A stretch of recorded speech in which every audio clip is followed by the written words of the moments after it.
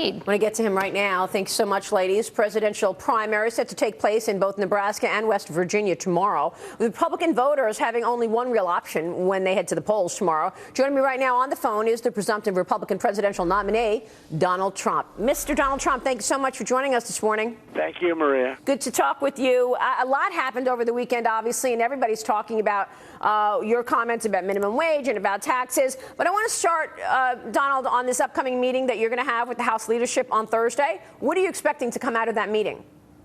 Well, I don't know. I mean, I won by more votes than anybody has ever received in Republican primaries, and we haven't even finished out the states. We have plenty left, including New Jersey, California, state of Washington, where I just got back, and, many others, West Virginia this weekend, and Nebraska, great places. So, I mean, I don't know exactly what is happening here. I was called a number of weeks ago by Paul Ryan. It was a very nice call, a very complimentary call, and that was the last I spoke to him, and all of a sudden he wants to talk. And I think this is a time for unity.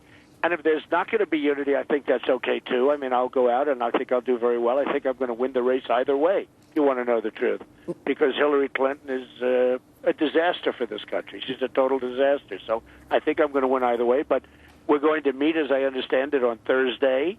I look forward to the meeting. I hope it's going to be positive, and if it's not going to be positive, I can live with that also. I mean, I have many people that, like Jeb Bush and others, that signed agreements. They signed a pledge, and they don't honor their pledge, which is really pretty terrible when you think of it. But they signed a pledge, Maria, him and this senator from South Carolina who was registered at 0 when I beat him in the election.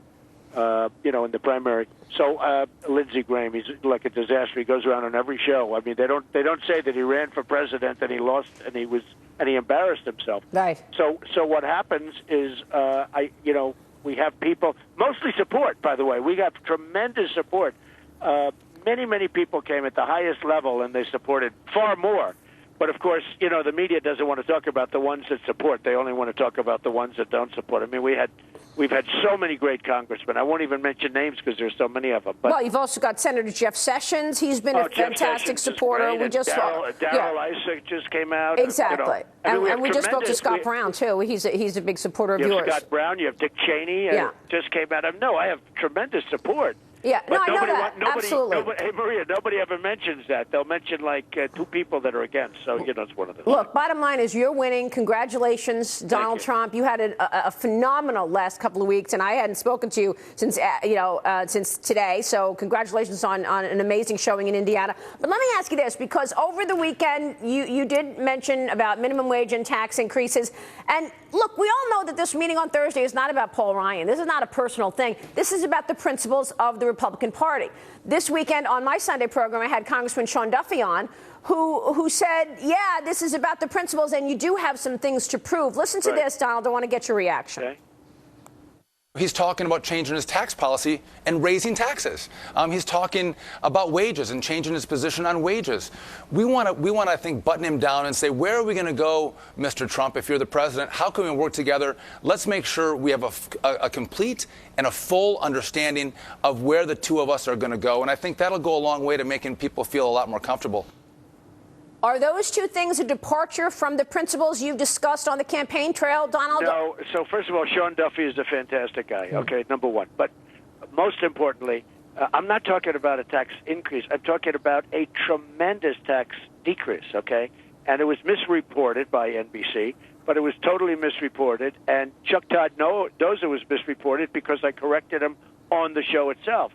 So, are you ready? I put in a proposal, because that's all it is. It's really not tax policy. It's a proposal. Of course. I put it because, it's got to be negotiated by Congress. It's got to go through the Senate. Everybody looks at it, and everybody negotiates. I put in a massive tax decrease. In fact, Larry Kudlow said it's the best plan of any plan. Larry Kudlow is a great guy, and Larry Kudlow, as you know, gave it very high praise. It's a 15% business rate. Well, I lowered the tax. I lowered the business. We're the highest tax nation in the world, and I have it that we're among the lower tax nations. Not the lowest, but how low can you go, right? But it was the biggest cut of any candidate running for office, right? So during the course of my conversation with Chuck Todd, which, of course, as always is inaccurately portrayed, I said, of the low proposal, yeah, I may have to raise it, a little bit because this is a negotiation. I may have to raise it. On the wealthy, on the highest earners. On the highest, because I said I'm really going to fight hard because, look, the middle class has just been decimated in this country. So I said I'm really going to fight hard for the middle class. I'm not raising it, and I'm not raising it in a business, but I could see the wealthy getting raised. But I'm not talking raised from where they are now. I'm talking about raised from my low proposal. So you have to explain to Sean, because I don't want Sean to think, that I'm lowering taxes, but with this very low tax that I put in, the biggest of anybody, I may have to raise it a little bit from that point. So the media, of course, picks it up that Trump wants a tax increase. It's just unbelievable. There's another thing, as long as I'm on your show, because a lot of my friends are watching your show nowadays. I'm very proud of you. Thank you so much, Donald. But, Marie, as long as I'm on your show, there was another thing that was said.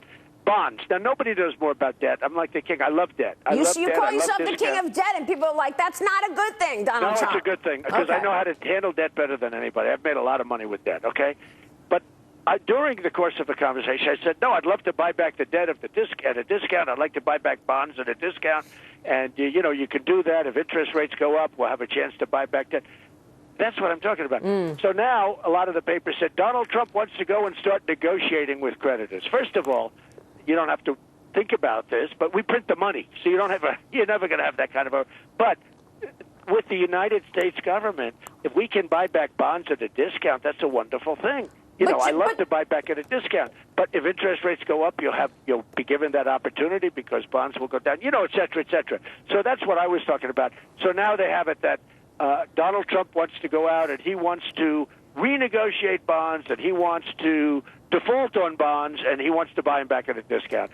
Well, that's great for private business, but it's certainly not good for the United States government. And I never said that. All I said is that if interest rates go up, we'll have a chance to buy back bonds at a discount, which is standard. Okay. But certainly I'm not talking about renegotiating with creditors. All right, but you could look at the debt and rework the debt, but don't you have to slow entitlement growth? I mean, isn't that where much of the spending is? I haven't heard you talk. You have to do waste, fraud, and abuse, and there's tremendous. So are you going to change the entitlements? I'm talking Social Security. Right. Medicare. No, but you have to do the waste, fraud, and abuse. There's tremendous waste, fraud, and abuse, but I'm leaving it the way it is. I'm going to bring jobs back to the country. We're going to make our country rich again. Our country's not rich. Look, GDP, you reported on it. I watched you recently. I guess it's practically zero. Up 0.5%. It's horrible. Absolutely horrible. Well, practically it's zero. And probably if they report that number, the number's worse, because when they put it out, they're trying to put a good spin. So in my opinion, that means we're below zero. If that had happened to China, it would be a massive. If they go to 7% or 8%, you read like, they're going down the tubes almost. We're at zero. And I think getting worse, if you want to know the truth. But, I mean, in terms of, so you're not going to touch the entitlements right now. Are you going to just bring jobs back, and that moves the needle on growth? We're going to do a lot in terms of waste, fraud, and abuse. I mean, there's tremendous money there. But we're going to bring jobs back. We're going to get the economy going, and we'll be able to afford it, Maria. What about the minimum wage, Donald? You said you can't imagine how anybody could live on $7.25. On the minimum wage, I would like to leave it to the states because, frankly, every state is different. Every state has different costs of living and everything else, and I would like to leave it to the states. But I will tell you, $7.25 is pretty tough. And as far as I'm concerned, I could see something happening there. But I would leave it to the states because, you know what, the states have to compete with each other. They have to compete with outside, interest, and I would leave minimum, and it's happening anyway because states like in New York, they raised it.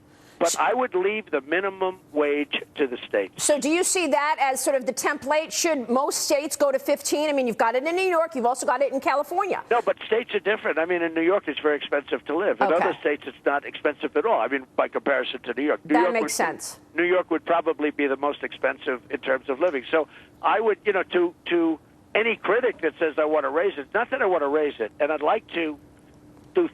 I think something should happen. $7.25 is not good. What I would do is this. I would leave it to the states because every region is different. Every state is different. I mean, you go from New York to other places, and it costs you so much less to live. Yeah, you're absolutely right. You make a great point. Okay. Everybody has a different mentality, different cost of living. That's absolutely right. Much different. Donald, what about you, vice presidential pick? I have people that work for me in different locations throughout the country, and I pay them for the same job, much less, and they have a better lifestyle than they have in New York. Yep. Makes a lot of sense. Right. Real quick, Donald, before you go, your vice presidential pick, I know you're going to announce it at the convention. Characteristics that you're looking for, you said military mojo or foreign policy mojo, and you said Washington experience. I do like military mojo because our military is being decimated, and we're not doing well, and we're listening to guys like Lindsey Graham that don't know what they're doing, frankly, and we'll be fighting ISIS forever. You listen to these guys. No, I like the concept of military, but I think probably political, because we're going to have a lot of legislation that I want to pass without necessarily signing executive orders like Obama does every day. Right. We're going to have a lot of legislation, so I like the idea of somebody that can help politically. I have a number of people that I really, really like, but I won't be discussing it until right now. I mean, look, we came out a little bit earlier, Maria, than we thought. We thought we'd be going to June 7th or June 8th or maybe even up to the convention. I never did. I knew we had all the delegates we needed. I was sure of it. Right. But, and then all of a sudden we won Indiana massively. And because of that was a massive win. And so was New York and so many other states, Pennsylvania. But we won it massively and everybody dropped out. So I didn't think I'd be sitting here watching Hillary, who cannot close the deal. See, Trump gets the deal closed, from the business standpoint. We get the deal closed. Hillary has not been able to close the deal. But it was supposed to be the other way around. She was supposed to be watching us fight it out for the next 2 months. And right. So I got a little bit of a pleasant surprise. But we have some great vice presidential people that will be, I think they'll be fantastic. Well, we'll see. And you're right. They may have a contested convention. Donald, always a pleasure to have you on the program. Thanks so much for joining us this morning. Thank you very much, Marie. We'll see you soon. We'll be looking forward to that meeting on Thursday. Donald Trump joining us this morning. And